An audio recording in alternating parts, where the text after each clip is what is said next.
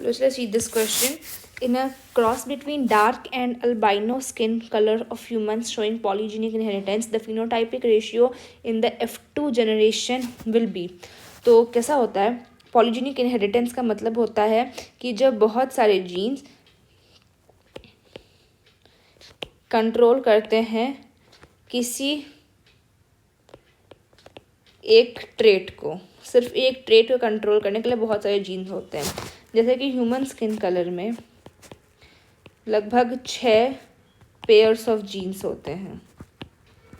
ठीक है, I am sorry, लगभग 6 जीन्स होते हैं या 3 पेयर्स होते हैं. 3 pairs, capital A, capital B, small B, capital C, small c, या 6 जीन्स होते हैं.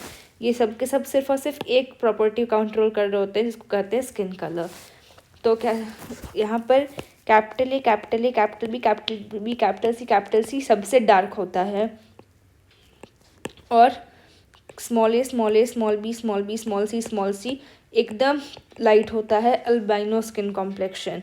ठीक है, अब अगर इन दोनों के बीच का क्रॉस हुआ तो F1 तो होगा capital A, small A, small B, capital C. लेकिन अगर इसी को सेल्फ कर दिया गया तो जो प्रोड्यूस होता है उसका फिनोटाइपिक रेशियो एक फैक्ट है which will be 1:6:20:15:15:6:1.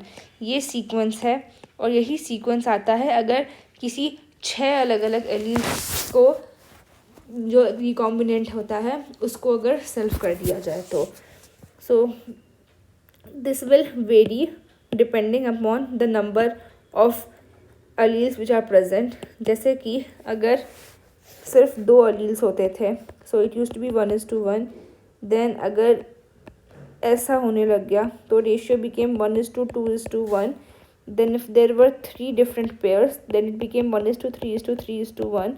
If there were 4 different pairs so it became 1:4:6:4:1. not pairs actually, alleles or genes.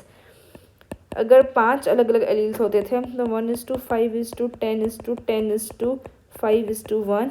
और अगर 6 अलग अलग एलील्स होते हैं तो फिर जा कर के ये रेशियो आता है. सो आप इसको नोट कर सकते हैं. करेक्ट ऑप्शन होगा option B. I hope you understood. Thank you for watching. All the best. In the next one.